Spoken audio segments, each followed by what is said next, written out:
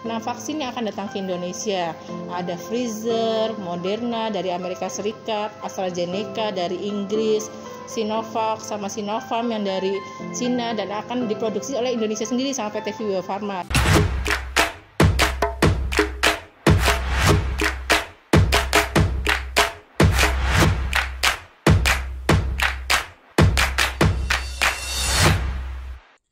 Assalamualaikum warahmatullahi wabarakatuh. Selamat pagi, salam sejahtera bagi kita semua.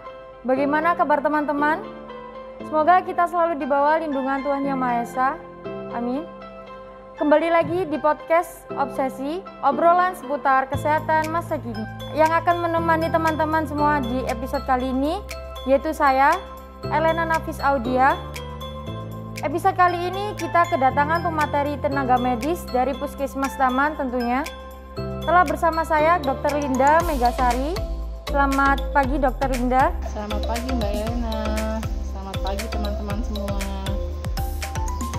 Spesial episode kali ini membahas tentang vaksin COVID aman, masyarakat sehat, ekonomi bangkit.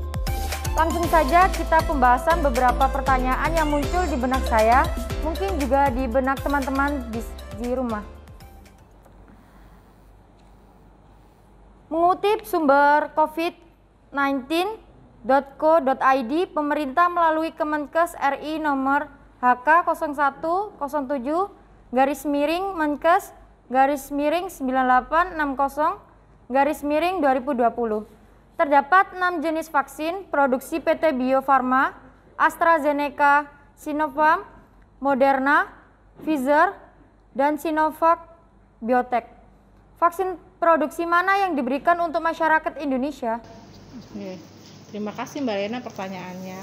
Memang sesuai juknis akan ada 6 vaksin, benar yang disebutkan Mbak Elena tadi. 6 vaksin yang akan datang ke Indonesia. Ada Pfizer, Moderna dari Amerika Serikat, AstraZeneca dari Inggris, Sinovac sama Sinopharm yang dari Cina, dan akan diproduksi oleh Indonesia sendiri sama PT Bio Farma. Itu Sinovac atau merah putih yang akan diproduksi oleh Indonesia. Jadi ke-6 vaksin itu akan digunakan semuanya oleh Indonesia, akan diberikan. Tapi kenapa kok harus ada 6 vaksin? Kenapa nggak satu jenis vaksin aja biar aman gitu, biar tidak ada efek samping yang lebih berat gitu. Karena ketersediaan vaksin di dunia itu sangat terbatas. Jadi kebutuhan vaksin di Indonesia itu harusnya adalah 362 dosis. Dari mana kok 362 dosis? Usia warga negara Indonesia yang usianya lebih dari sama dengan 18 tahun itu ada sekitar 181 juta. Di mana kalau mendapatkan 2 dosis untuk kekebalan yang optimal, maka akan muncul angka 362 juta dosis yang harus diberikan. Kalau hanya mengandalkan 1 dosis itu akan imunisasi ini akan berlangsung 5-10 tahun mendatang. Jadi pemerintah itu mengambil keputusan untuk menggunakan 6 vaksin tadi. Jadi semuanya akan datang ke Indonesia, akan digunakan, tapi secara bertahap. Yang datang duluan ini adalah Sinovac yang dari Cina, dan sudah dipakai pada tahap pertama itu tanggal 11 Januari ya kemarin ya, Pak Presiden Jokowi disuntiknya 13 Januari itu sudah dimulai untuk tenaga kesehatan. Oke, gitu Mbak Elena. Oh, bagaimana cara kerja vaksin tersebut? Jadi vaksinasi itu adalah suatu cara untuk menimbulkan kekebalan, untuk menimbulkan antibodi, sehingga ketika kita kena penyakit tersebut kita tidak menjadi sakit, ataupun kalau sakit jadi sakitnya itu nggak parah gitu. Vaksin itu adalah sesuatu antigen. Antigen ada benda asing, bisa dari virus yang dilemahkan atau virus yang dimatikan atau dari struktur bagian virus itu sendiri, bisa RNA. Contohnya yang dipakai Moderna sama Pfizer. Nah, itu akan dimasukkan ke tubuh kita. Ketika tubuh kita dimasukkan oleh antigen atau benda asing, itu akan dikenali oleh sel memori. Sel memori itu akan mengingat, oh jadi kalau ini itu adalah benda asing. Benda asing ini harus dilawan, ini adalah bukan sesuatu yang alami di tubuh, harus dilawan, harus dibunuh. Jadi akan muncul antibodi tentara-tentara tubuh kita, sehingga kekebalan itu akan muncul.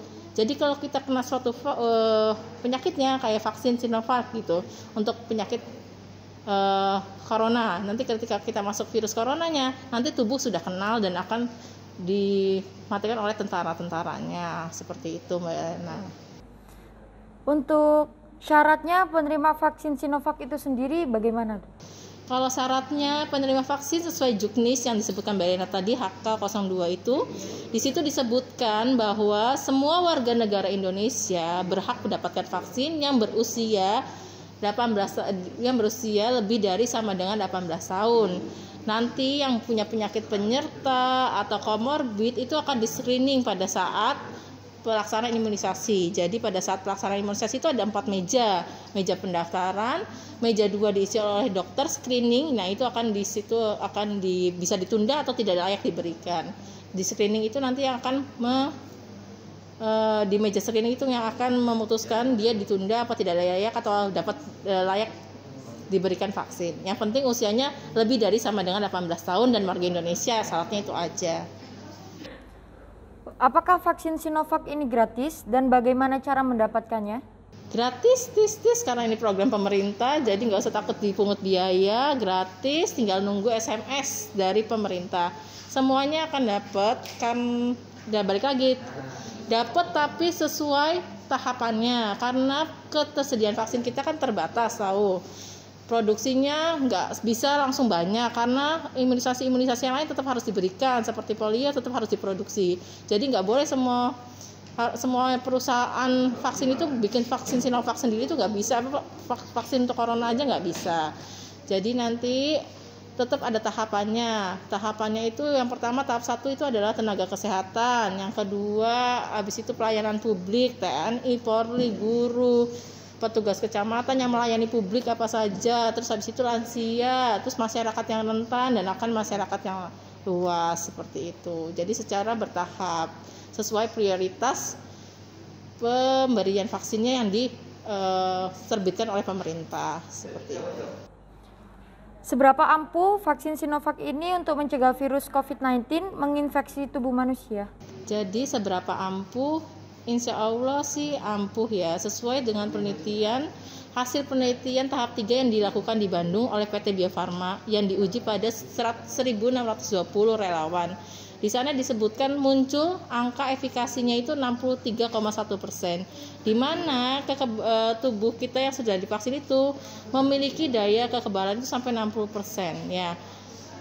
Tetap ada kemungkinan untuk terkena itu seperti 30%. 30% itu ya kita harus tetap 3M-nya itu jangan lupa, jangan habis divaksin, habis itu hura-hura, senang keluar nggak pakai masker, tetap berkumpul-kumpul, terus lupa cuci tangan karena sudah vaksin, merasa sudah kebal, tetap ada kemungkinan 35%. Yang dianjurkan oleh WHO adalah yang penting emergency use authorization atau penggunaan izin darurat pada saat pandemi itu adalah di atas 50%. Jadi Sinovac ini sudah memenuhi kriteria WHO untuk diberikan. Jadi seberapa kebal ya, seberapa efektif ya, 63,%. Ingat masih ada 35% yang akan kemungkinan kita untuk terkena. Jadi tetap protokol 3M-nya jangan sampai lupa setelah divaksin. Gitu. Setelah diberi vaksinasi, semua apa bisa menjalani ekonomi Indonesia pulih? Ya, insya Allah semuanya menjamin.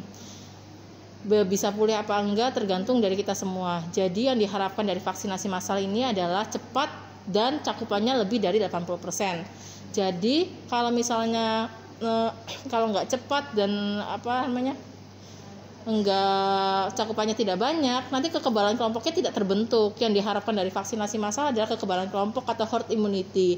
Jadi nanti seperti vaksin-vaksin yang lain, kayak imunisasi yang dikenal oleh balita, sudah ada polio, campak, rubella, itu efektif untuk tidak menimbulkan angka kesakitan polio lagi. Jadi kita Indonesia itu sudah memasuki eradikasi polio sudah 20 tahun. Sudah tidak ada kejadian angka polio. Nah, diharapkan dengan vaksinasi massal ini herd immunity terbentuk, kekebalan kelompok terbentuk, jadinya nanti semuanya akan pulih. Jadi dari kesehatannya sehat, masyarakatnya sehat, akhirnya berangsur-angsur ekonominya pulih. Gak cuma ekonomi aja sebenarnya, nanti pariwisata juga bisa bangkit lagi, kita bisa menarik wisatawan lagi ya. Semoga semuanya bisa diatasi dengan vaksin ini. Amin. Terima kasih dokter, pengetahuan yang baru bagi saya dan tentunya bermanfaat bagi pemirsa di rumah atau dimanapun berada. Terima kasih dokter Linda sudah meluangkan waktu dan berbagi ilmu bagi kita semua. Terima kasih kepada Puskesmas Taman yang selalu menyupport kita dan memfasilitasi Saka Bakti Usada. Terima kasih pemirsa setia yang sudah menonton podcast Obsesi episode kali ini. Saya Elena Nafis Audia dan kru yang bertugas hari ini pamit undur diri. Terima kasih. Wassalamualaikum warahmatullahi wabarakatuh.